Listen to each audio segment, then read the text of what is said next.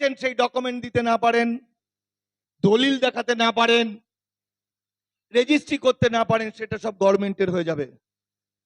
ফলত আপনার গ্রামের যে গোড় দেওয়ার যে মাটি, আল্লাহর জায়গায় যে মাটি দেওয়া হবে আপনার শরীরে, সেই জায়গাটা আপনার থাকবে না কয়েকদিনের মধ্যে, কারণ ওইটা এই আইনে ফেসে যাবে।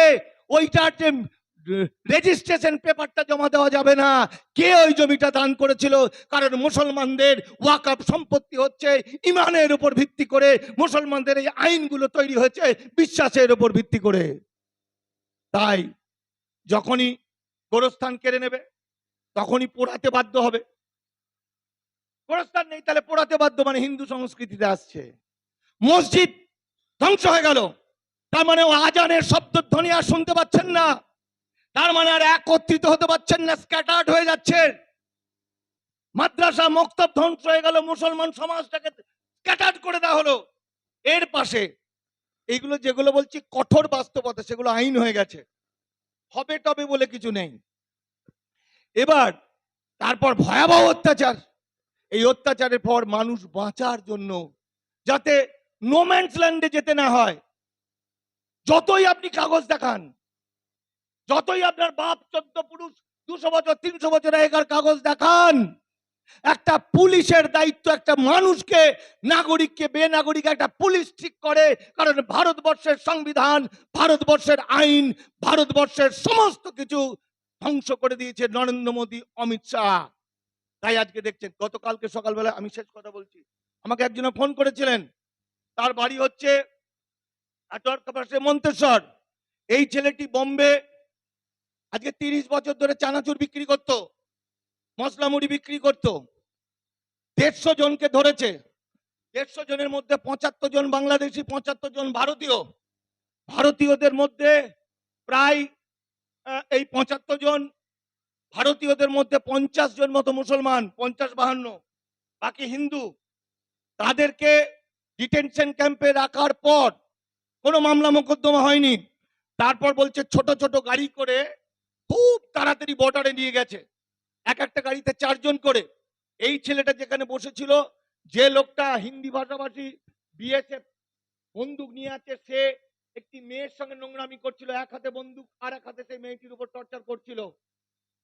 তারপরে তাদেরকে বর্ডারে নিয়ে যায়, বর্ডারে নিয়ে গিয়ে এই ছোট ছোট গেট দিয়ে ঢুকিয়ে দিয়ে বলে পিছনের দিকে তাকালে তোদের গুলি করে দেবো। তখন সন্ধে হয়ে গেছে, রাত হয়ে গেছে, 150টা লোক ছড়িয়ে পড়েছে চারিদিকে। এবার সেই সময় সন্ধ্যে রাতের বাংলাদেশের যে বর্ডার সিকিউরিটি বিজিবি, তাদের যে টর্চ গুলো আসছে, ওরা ভাবছে এরা যদি গুলি করে দেয়, ওরা কোন রকমে গুঁড়ি হয়ে হয়ে হয়ে হয়ে মাইলের পর মাইল হেঁটেছে, নদী নালা জঙ্গল পেরিয়ে পেরিয়ে বনের ভিতর দিয়ে ভোর হয়ে উঠেছে। তখন বাংলাদেশের কোন একটা গ্রাম দেখতে পেয়েছে, সেই গ্রামের মানুষগুলো ছুটে ওদের কাছে এসেছে, এত লোক। ওই ছেলেটা বলছে আমরা মিথ্যা কথা বলিনি, আমরা বলেছি আমরা ভারতীয়। আমাদেরকে ওরা তখন গ্রামবাসীরা এসে জল দিল, মেয়েদের জামা কাপড় দিল, আমাদের জামা প্যান্ট দিল, আমাদের মুড়ি দিল, আমাদের ভাত দিল। তারপর ওরা খবর দিল বিজেপি কে, ওদের গভর্নমেন্টকে। ওদের বিজেপি এলো, ওদেরকে নিয়ে গেল থানায়। নিয়ে যাওয়ার পরে যারা যারা বাংলাদেশি তাদেরকে নিজেদের বাড়িতে পাঠানোর ব্যবস্থা করলো। আর এদের 2.5 দিন না 3 দিন খেতে পড়তে দিল খুব ভালোভাবে। এই 4 দিন যে ডিটেনশন ক্যাম্পে রেখেছিল খেতে দেয়নি, বলছে 2টো কচুরি দিয়েছে, কোনো তরকারি ফরকারি নেই সারাদিনে। এক এক জায়গায় এক এক রকম ভাবে টর্চার করেছে। আর জেলে এই যে বর্ডার পার করার সময় বিভৎস মেরেছে, বলছে এত মার মেরেছে। কালকে আমার ছেলে আজকে ওর ইন্টারভিউ নিতে গেল, ওকে বলেছিলাম কলকাতা আসতে, বলছে আমরা হাঁটতে পারছি না, এত ওই পায়ে লাগা সত্ত্বেও যেতে হয়েছে মাইলের পর মাইল বাংলাদেশ গুলির ভয়ে।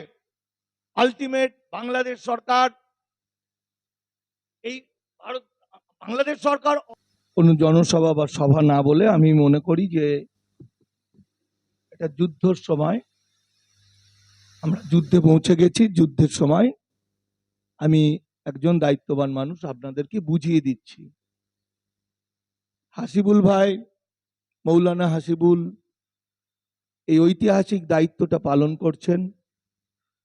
তৌহিদি জনতা অল ইন্ডিয়া আমার মনে হয় তারা এমন একটা সময়ে দায়িত্ব পালন করেছে যেটা ইতিহাস হয়ে থাকবে।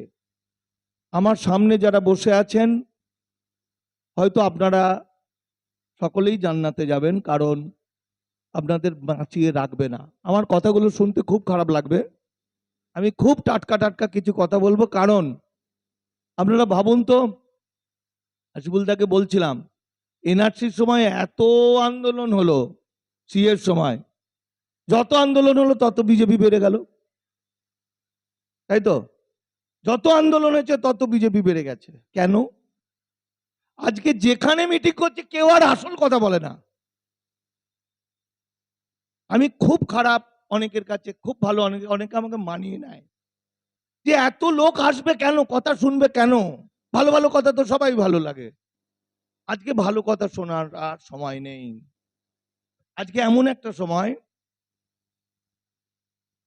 এটা সাধারণ সময় নয়। সাধারণ সময়ে আমরা মিছিল করব, মিটিং করব, সিনেমা করব, প্রেম করব, ভালোবাসবো। আর যখন অ্যাবনর্মাল টাইম, যখন আগুন লেগে গেছে, তখন কি করব? পিছনে রয়্যাল বেঙ্গল টাইগার তাড়া করেছে, কি করব? ভূমিকম্প হয়েছে, কি করব? এখন সেটা তো এত তো জায়গায় আমরা ওয়াক আপ নিয়ে বলে বলে বলে বলে বেড়ালাম, মানুষ বোঝেইনি, কারণ বোঝাইনি তাদেরকে।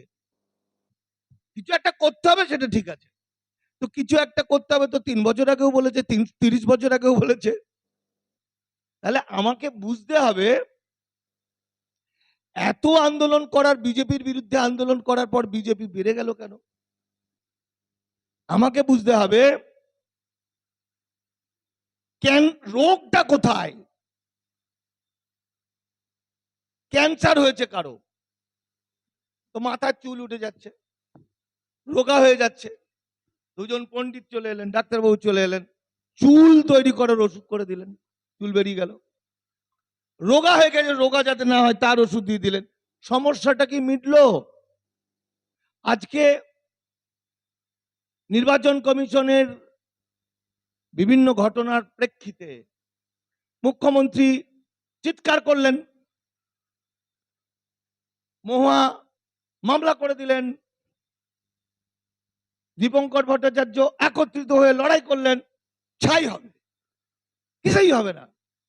কারণ মূল সমস্যাটাই আমরা যাইনি, মূল সমস্যাটা তো রয়েই গেছে।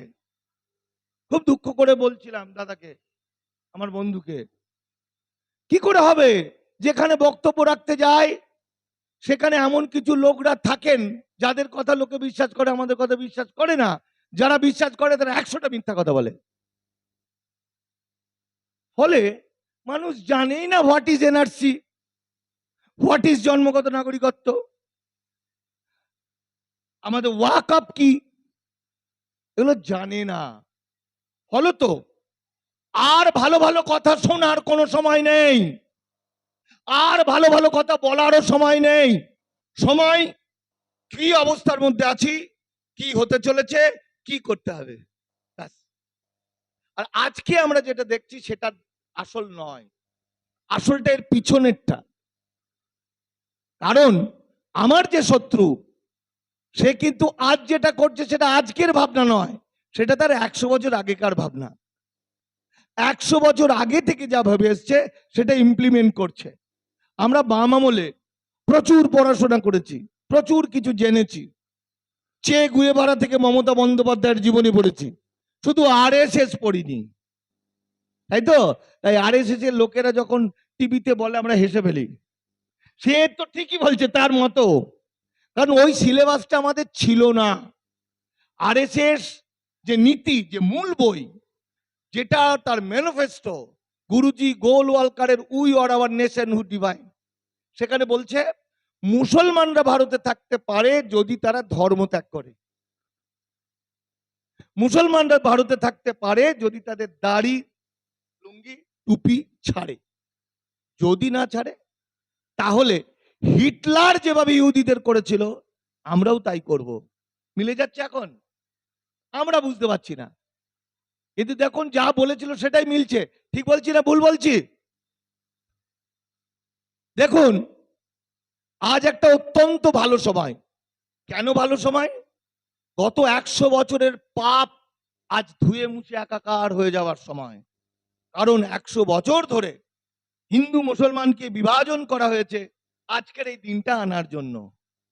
কিন্তু এমন কিছু ভুল তারা করে ফেলেছে, যে ভুলের জন্য হিন্দু মুসলমান এবং হিন্দুদের মধ্যে উদ্বাস্তুরা সব মিলেমিশে একাকার হয়ে যাবে। একাকার না হলে বাঁচার আর কোনো রাস্তা নেই। এই যে উদ্বাস্তু তারা হলো, উদ্বাস্তু তারা বলতে গিয়ে মিথ্যা করে জন্মগত নাগরিকত্ব বলা হলো, যে 86 থেকে 50 থেকে 86-র মধ্যে জন্মালেই সে নাগরিক, তার মা বাবা যেখানকারই হোক। তো আমার ভারতবর্ষের বা আমার বাংলার, ভারতবর্ষ বলছি না, বাংলার 40% মন্ত্রী এইরকম, 40-50% সরকারি অফিসাররা এরকম, SDO, BDO, DM, SP, military colonel, brigadier, ডাক্তার, বেশিটাই ওপার বাংলা থেকে আসা। যারা মনে করছে আমার বাবা মা এসছিল, তারা তো মরে ভূত হয়ে গেছে, কিন্তু আমি তো জন্মগত নাগরিক না। এটা তোমাকে মিথ্যা করে বলা হয়েছে। আমাদের লোকেরাও মিথ্যা করে বলেছে, জ্ঞানত অথবা না অজ্ঞানত। সংবিধানে তা লেখা নেই, নাগরিকত্ব আইনে লেখা নেই। খুব ভালো করে অনুবীক্ষণিক যন্ত্র দিয়ে আইনগুলো পড়ুন, আমার কাছেও আছে, আপনারা পড়বেন।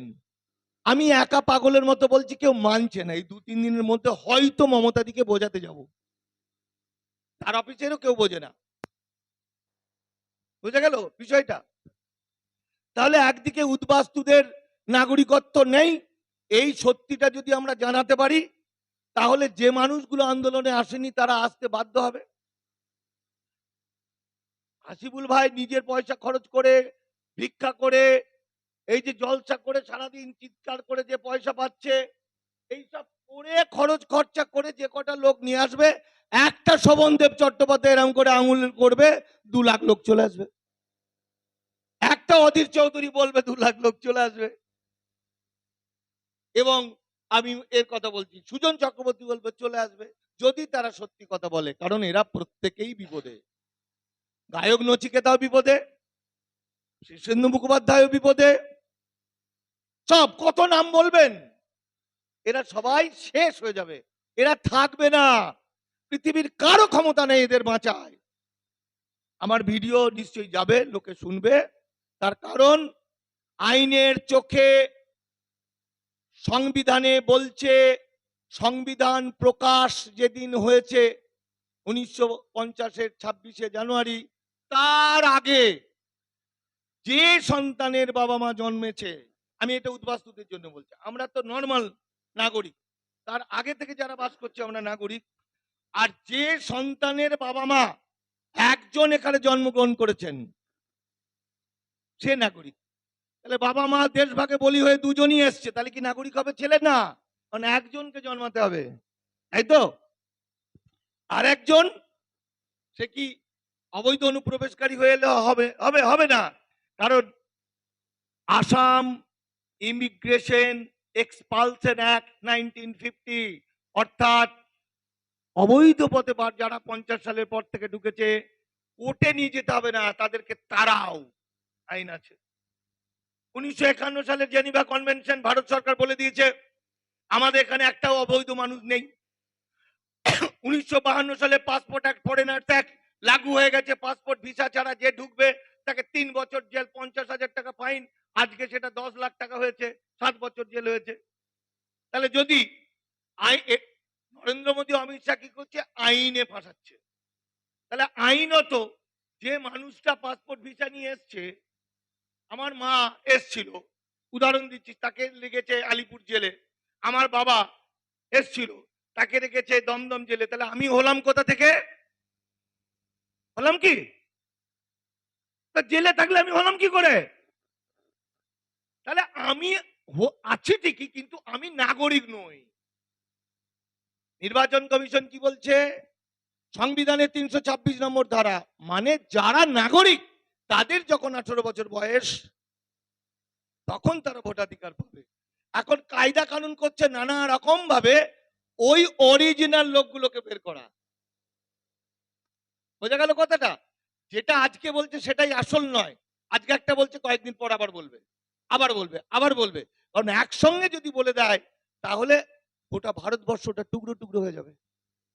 এটা গেল একটা দিক। কিন্তু আমাদের মুসলমানদের দিকটা কোনটা? এবার কেন আজকে ভালো দিন?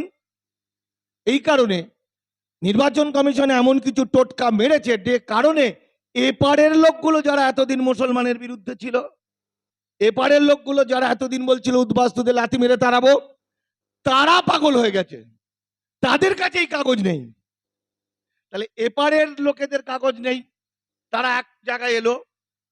মুসলমানরা তো এমনিতেই ভারতবর্ষের নাগরিক হলেও নীতিগত সিদ্ধান্ত মুসলমানদের হিন্দু হতে হবে, তাহলে তারা একত্রিত হচ্ছে।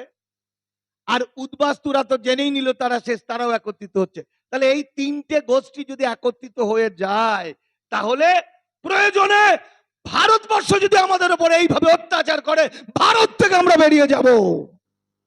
হাততালি দিতে খুব কষ্ট হবে, এই কথা বলা যায় না, কিন্তু আমি বলবো, আমার ভারতবর্ষের প্রকৃত নাগরিকদের তুমি ডিটেনশন ক্যাম্পে ফেলবে, তুমি নো ম্যানস ল্যান্ডে ফেলবে, আর তোমায় অমিত শাহ বিদেশ থেকে আসা মানুষ, তোমাকে আমরা ভারতবর্ষকে সালাম জানাবো। হতে পারে না, হতে পারে না, হতে পারে না। ওয়াকফ কি? খুব সহজ অঙ্ক, হিন্দু করার আইন, হিন্দু করার আইন। ওয়াকফের মধ্য দিয়ে হিন্দু হতে হবে। হিন্দু না হলে তোমাকে, তুমি যতই ভারতবর্ষে 5000 বছর ধরে বাস করো, 500 বছর ধরে বাস করো, 50 বছর ধরে বাস করো, তোমাকে নো ম্যানস ল্যান্ডে ফেলবে। আসামে এখন হিন্দুকরণ চলছে, ঢাক ঢোল বাজছে, যাগযজ্ঞ হচ্ছে, মুসলমানরা হাজার হাজার বসে আছে, মেয়েরা লাল পেরে শাড়ি সিঁদুর নিয়ে বসে যজ্ঞ হচ্ছে, তারা সব হিন্দু হচ্ছে। যদি হিন্দু না হোস, তোকে ডিটেনশন ক্যাম্পে ভরবো, তাও ভরবো না, নো ম্যানস ল্যান্ডে পাঠাবো। এটা ভয় দেখানো। আইনটা কি? এবার ওয়াকফে চলে আসি। এই ভারতবর্ষ মুসলমানদের নেড়ে বলে কেন? মুসলমানরা লুঙ্গি পরে কেন? কারণ লুঙ্গিটা হচ্ছে বৌদ্ধদের পোশাক, মানে বৌদ্ধরা এরম ভাবে কাপড়টা জড়ায়, সেটা আস্তে আস্তে লুঙ্গি হয়ে গেছে। বৌদ্ধরা মাথা নেড়া করে, তাই তাদেরকে নেড়ে বলা হয় মুসলমানদের, যেহেতু বৌদ্ধ থেকে মুসলমান হয়েছে। নিম্নবর্ণের মানুষরা বা এই যে বৌদ্ধ ধর্মাবলম্বীদের উপর এতটাই অত্যাচার করেছে ব্রাহ্মণ্যবাদীরা। প্রথম সন্তান ছেলে হলে জলে ফেলে দিতে হবে, মেয়েরা ওপরের অংশ ঢাকতে পাবে না,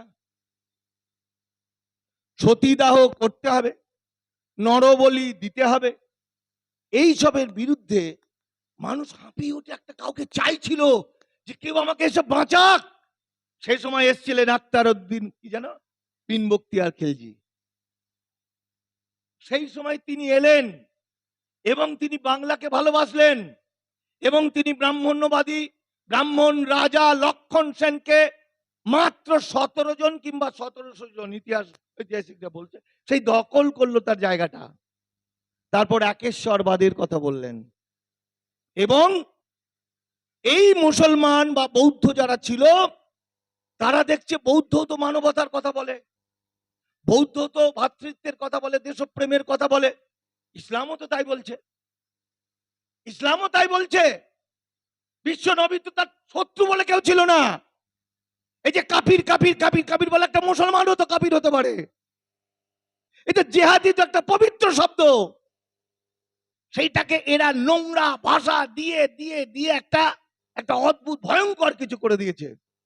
তখন এরা এই মানুষগুলোর মধ্যে যারা একটু সচেতন, একটু চালাক, আমার বাচ্চাটাকে বাঁচাতে হবে, আমাকে বাঁচতে হবে, তখন তারা ইসলামের শরণাপন্ন হলো, ইসলাম তাকে বুকে জড়িয়ে ধরলো।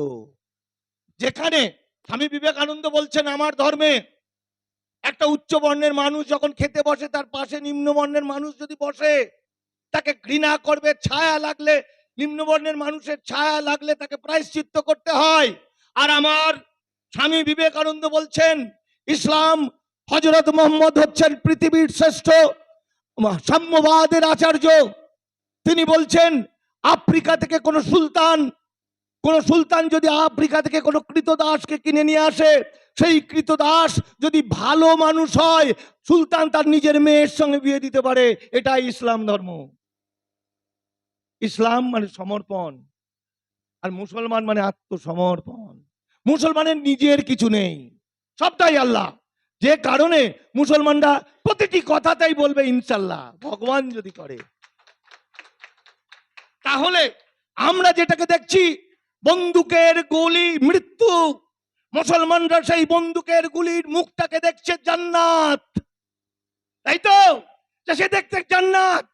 লক্ষ কোটি ভারতবর্ষের যে কোটি কোটি মুসলমান আছে, এরা সকলেই আল্লাহর, নিজের কিছু নয়, আল্লাহর নিবেদিত প্রাণ। তাই তারা আল্লাহর সম্পত্তি রক্ষা করবে, সবকিছু রক্ষা করবে। খালি তাকে বুঝিয়ে দিতে হবে ব্যাপারটা কি, ব্যাপারটা ভুল বোঝালে হবে না।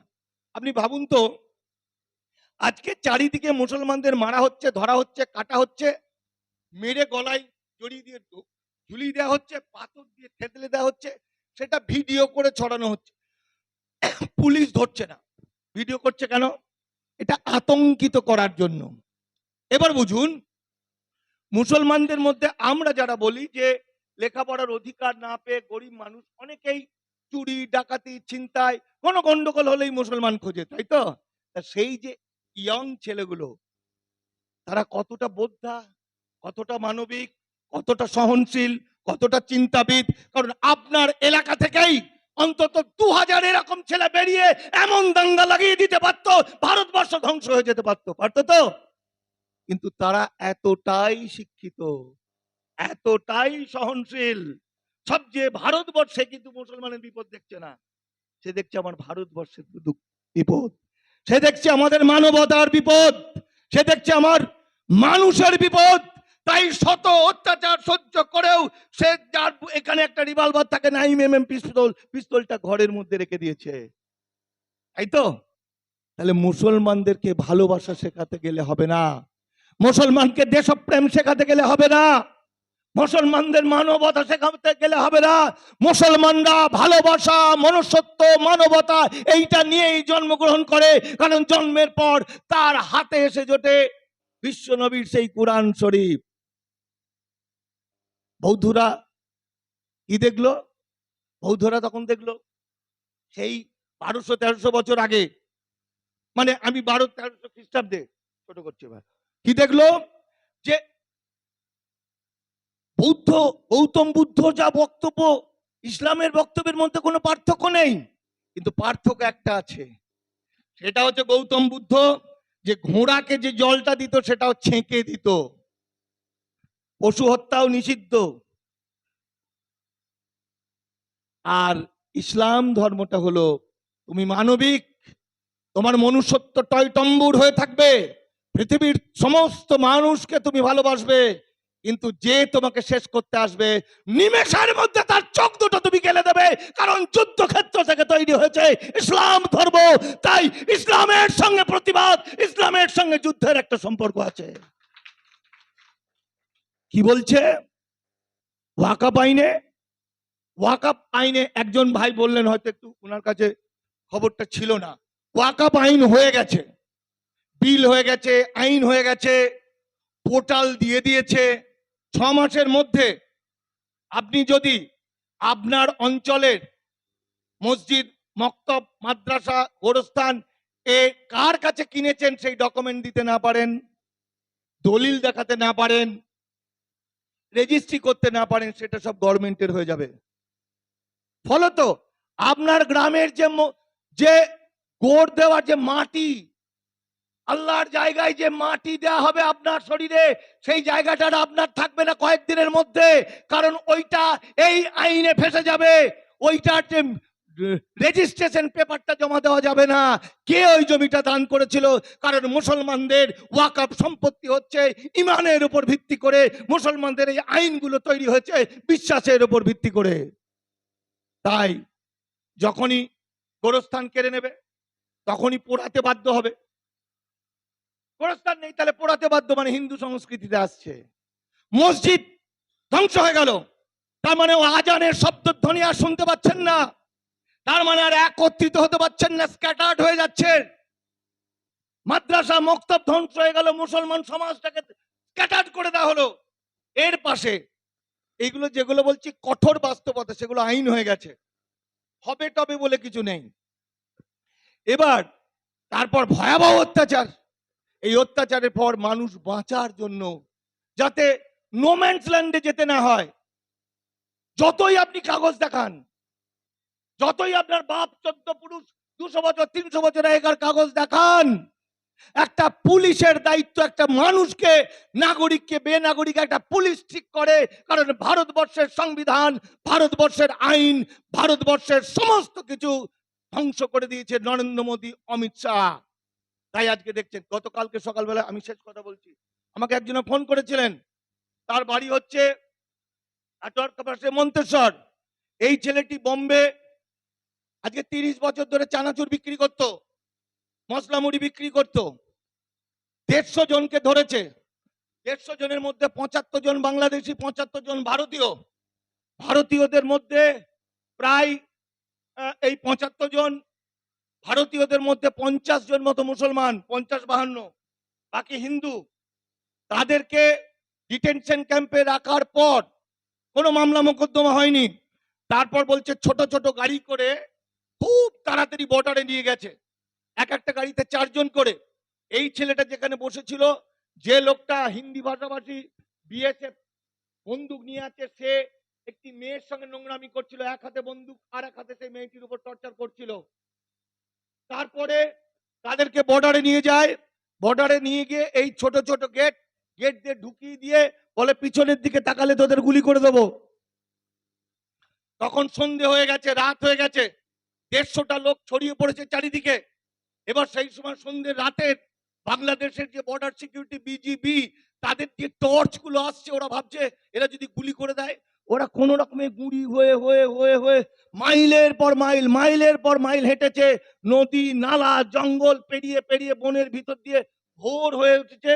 তখন বাংলাদেশের কোন একটা গ্রাম দেখতে পেয়েছে, সেই গ্রামের মানুষগুলো ছুটে ওদের কাছে এসেছে, এত লোক। ওই ছেলেটা বলছে আমরা মিথ্যা কথা বলিনি, আমরা বলেছি আমরা ভারতীয়। আমাদেরকে ওরা তখন গ্রামবাসীরা এসে জল দিল, মেয়েদের জামা কাপড় দিল, আমাদের জামা প্যান্ট দিল, আমাদের মুড়ি দিল, আমাদের ভাত দিল। তারপর ওরা খবর দিল বিজেপি কে, ওদের গভর্নমেন্টকে। ওদের বিজেপি এলো, ওদেরকে নিয়ে গেল থানায়। নিয়ে যাওয়ার পরে যারা যারা বাংলাদেশি, তাদেরকে নিজেদের বাড়িতে পাঠানোর ব্যবস্থা করলো।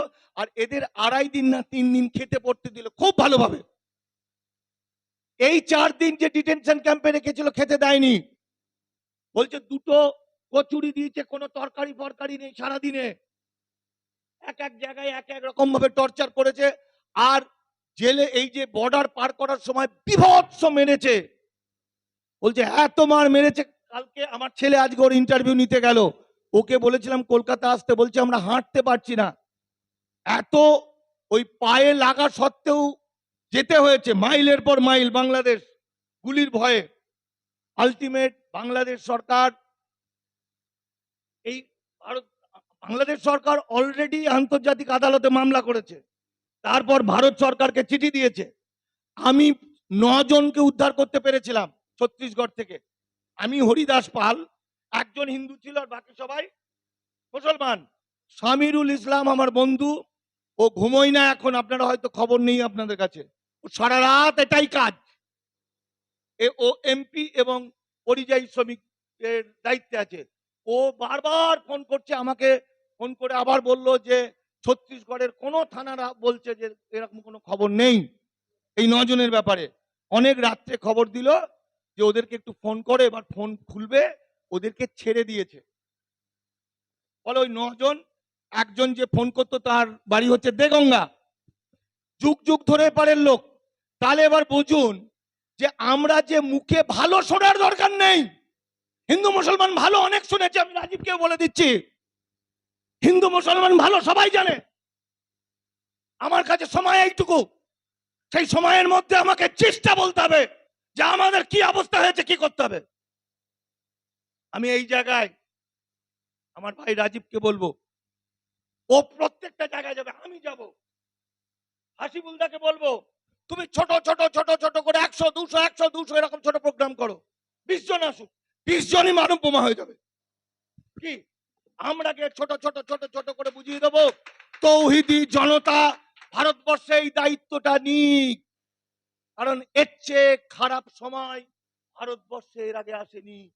এটাই সেই সময় যেটা ভারত মাতাকে রক্ষা করা, বাংলা মাকে রক্ষা করা, মানুষকে রক্ষা করা, এটাই সময়।